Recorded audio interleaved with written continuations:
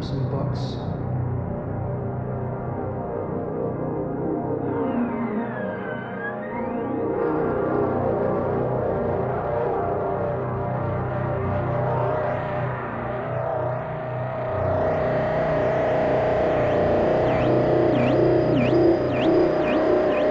I have decided ahead of time which books, but I have not decided what page or what phrase, etc.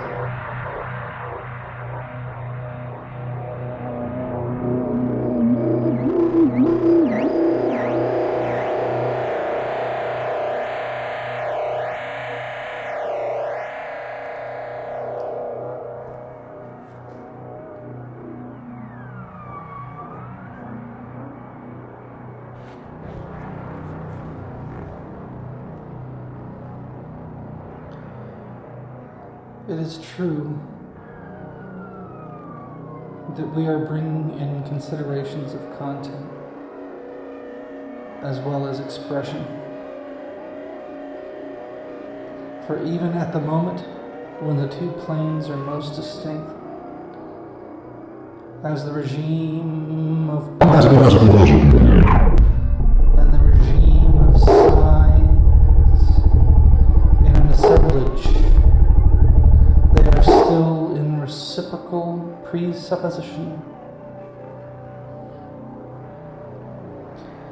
The incorporeal transformation is the expressed of order words, but also the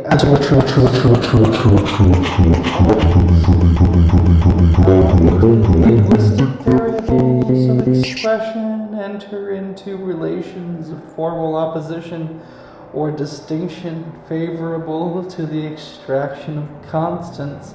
Non-linguistic variables of content do also.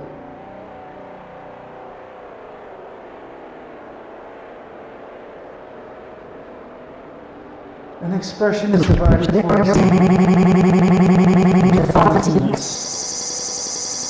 same way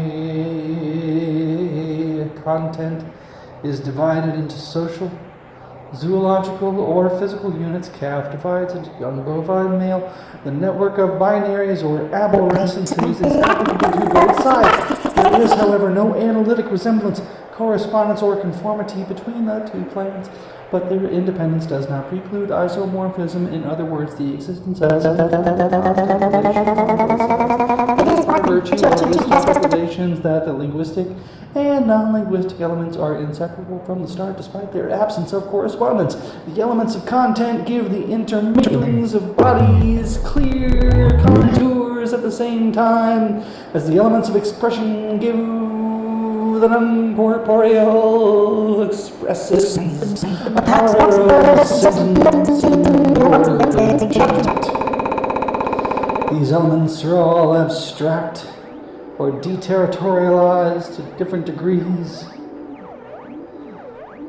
but in each instance they affect a reterritorialization of the overall subject on certain order words and contours.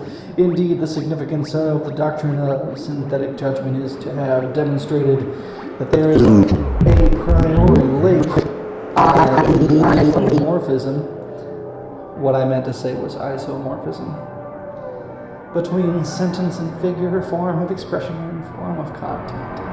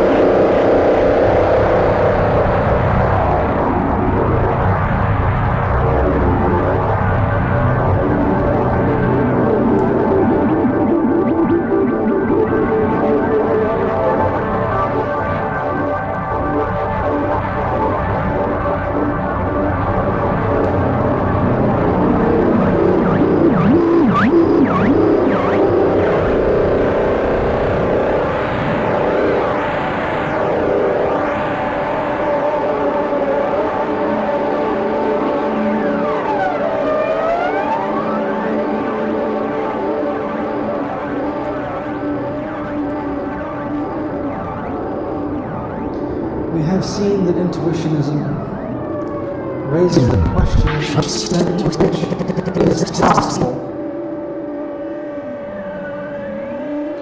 to give a systemic account of our considered judgments of the just and the unjust.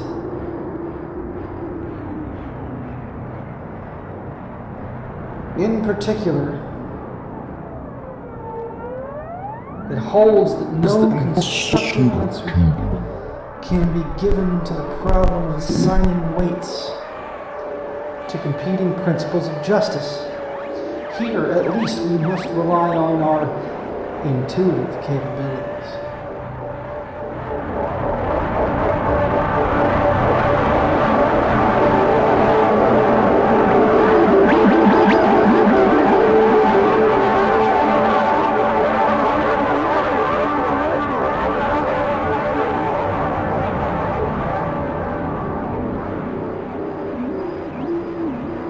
Classical utilitarianism tries, of course, to avoid the appeal of intuition altogether.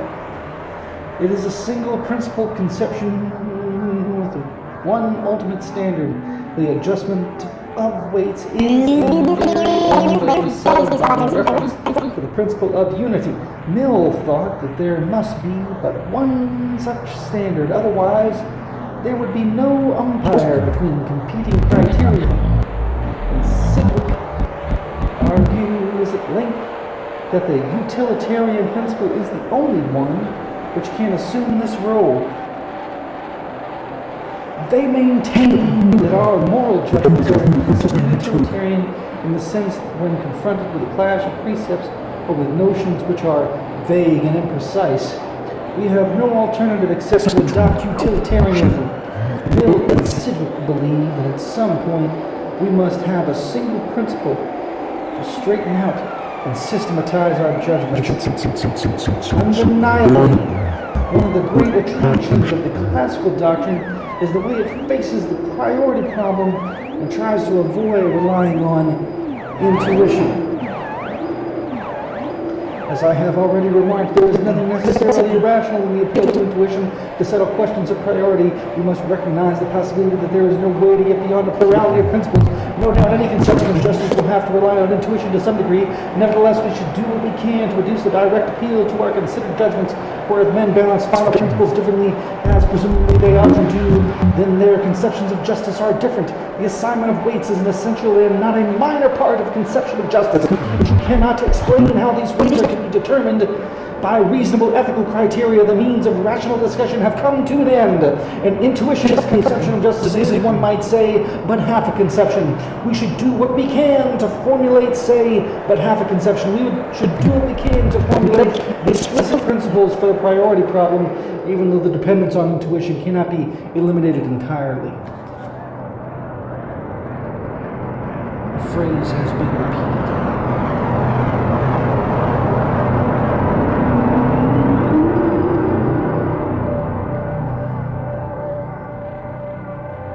Injustice, as fairness, the role of intuition is limited. Since the whole question is rather difficult, I shall only make a few comments here, the full sense of which will not be clear until later on. The first point is connected with the fact that the position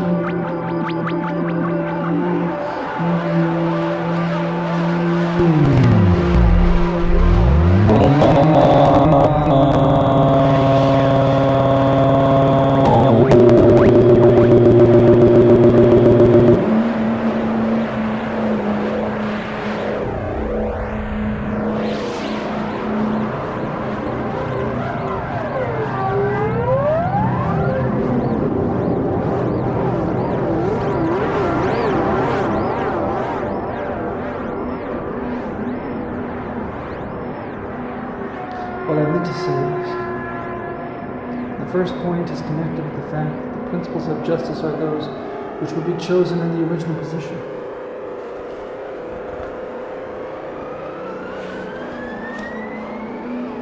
The outcome of a certain choice situation.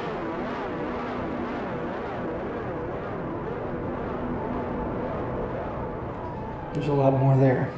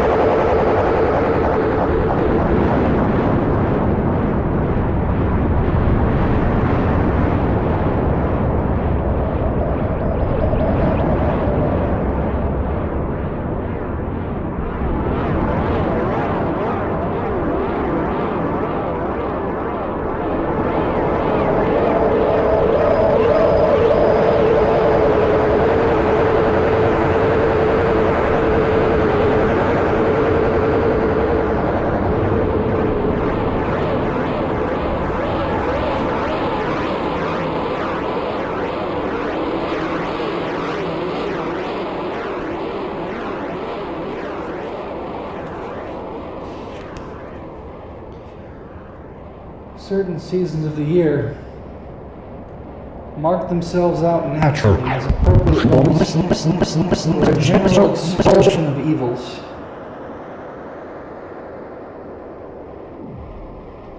The Koryaks of the Tygonos Peninsula in northeastern Asia celebrate annually a festival after the winter solstice. Rich men invite all their neighbors to the festival, offer a sacrifice to the one on high, and slaughter many reindeer for their guests. If there is a shaman present, he goes all around the interior of the house, beating the drum and driving away the demons. He searches all the people in the house, and if he finds a demon's arrow sticking in the body, he pulls it out. And naturally, the arrow is invisible to common eyes. In this way, he protects them against disease and death. If there is no shaman present, the demons may be expelled by a woman's skilled incantation. The chief festival of the Cherokee Indians was the propitiation, cementation, or purification festival.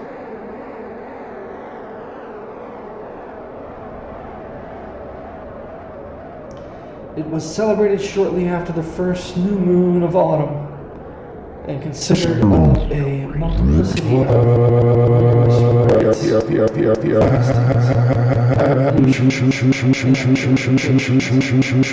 among the most important functionaries on the occasion were 7 exorcisers or cleansers, whose duty it was at a certain stage of the proceedings to drive away evil and purify the town.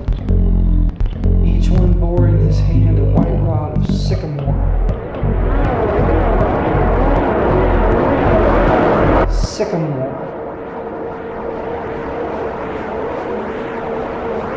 The leader, followed by the others, walked around the national heptagon and coming to the treasure or storehouse to the west of it, they lashed each of their rods. The leader then went to another house, followed by the others, singing, and repeated the same ceremony until every house was purified. This ceremony was repeated daily, continuing performing their ablutions. They went into the water and allowed their old clothes to be carried away by the stream, by which means they supposed their impurities removed.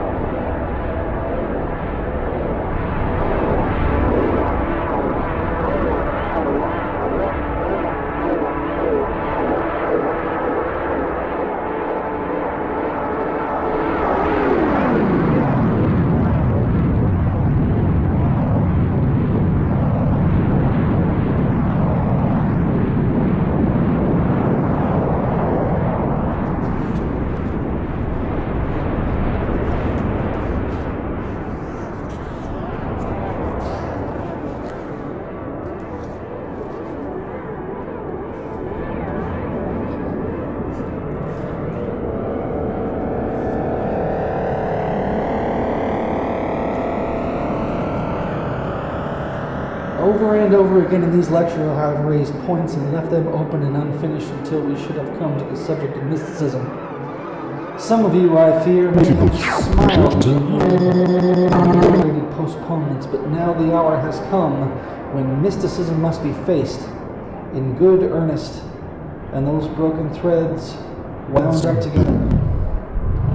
When they say truly, I think, that personal religious experience has its root and center in mystical states of consciousness.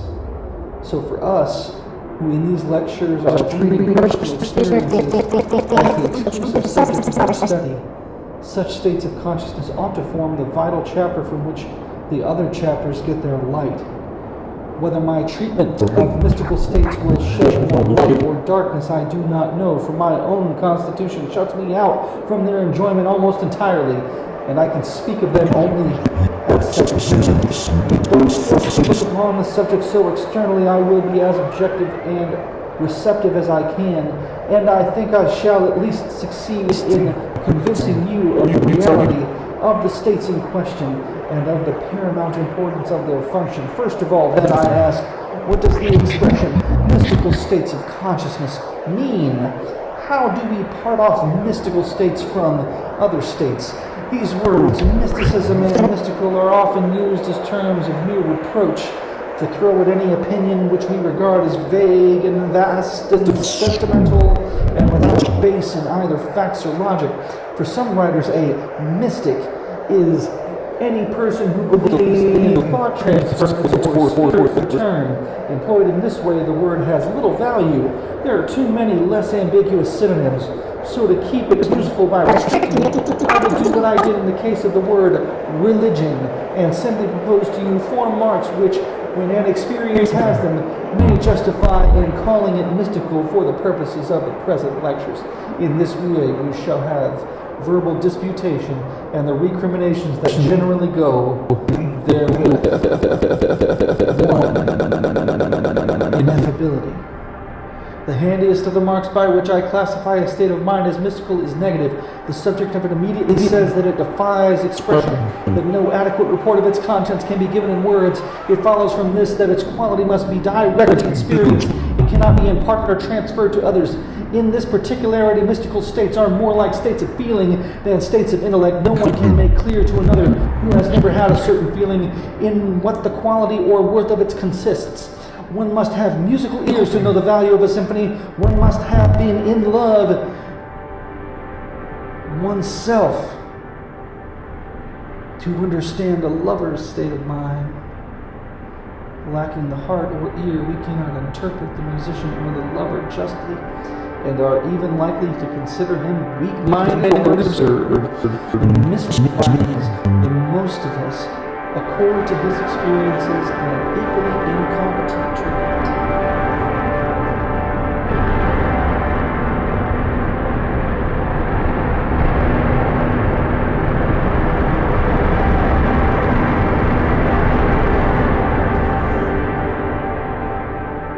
The others are noetic quality.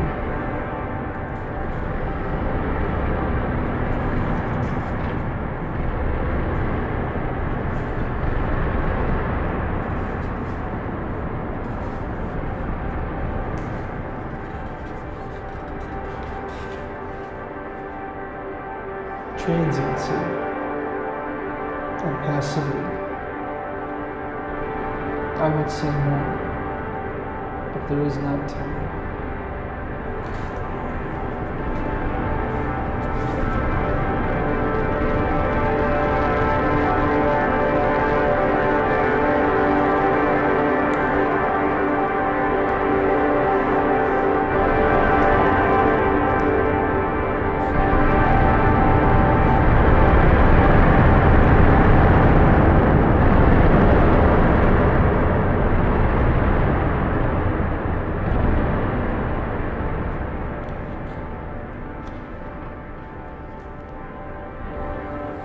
These organs appear at first to offer another and far more serious difficulty, for they occur in about a dozen kinds of fish, of which several are widely remote in their affinities. When the same organs are found in several members of the same class,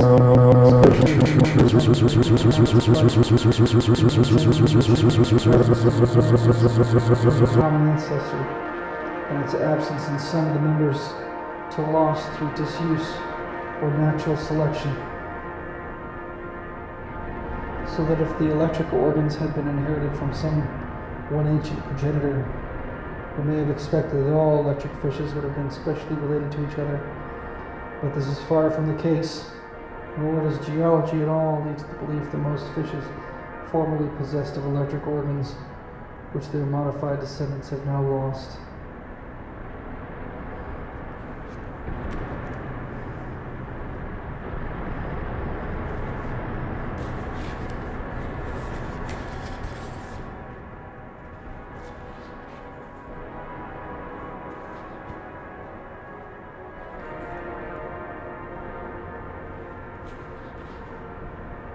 Assholes are a given fact of life.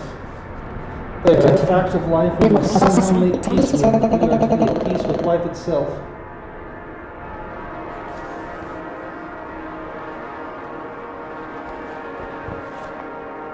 The cars never pause to look at it, yet I fancy that the engineers and firemen and brakesmen and those passengers who have a season ticket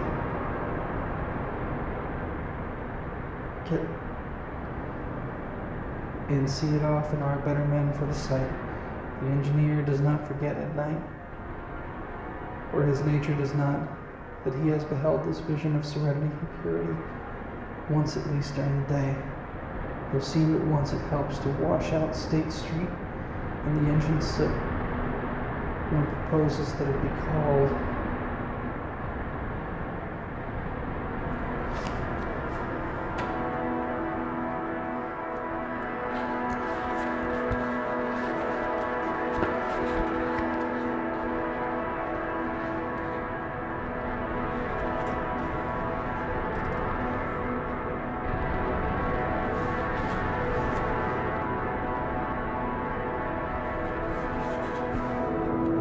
drawn by the fascination of the horror and pain, and from within impelled by that habit of cooperation, community and atonement, which their condition had so ineradicably implanted in them, they began to mime the frenzy of his gestures, striking at once another. As the savage struck his own rebellious flesh, that plump incarnation of turpitude, writhing at the heather at his feet. Kill it, kill it, kill it, the savage went on shouting.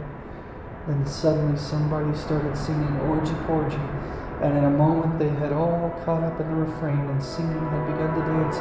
Orgy Porgy, round and round and round, beating one another in 6/8 time. Orgy Porgy, orgy Porgy. It was after midnight when the last of the helicopters took its flight, stupefied by soma and exhausted by a long-drawn frenzy of sensuality. The savage lay sleeping in the heather. The sun was already high when he awoke. He lay for a moment blinking in owlish comprehension at the light, then suddenly remembered everything. Oh my God, he covered his eyes with his hand.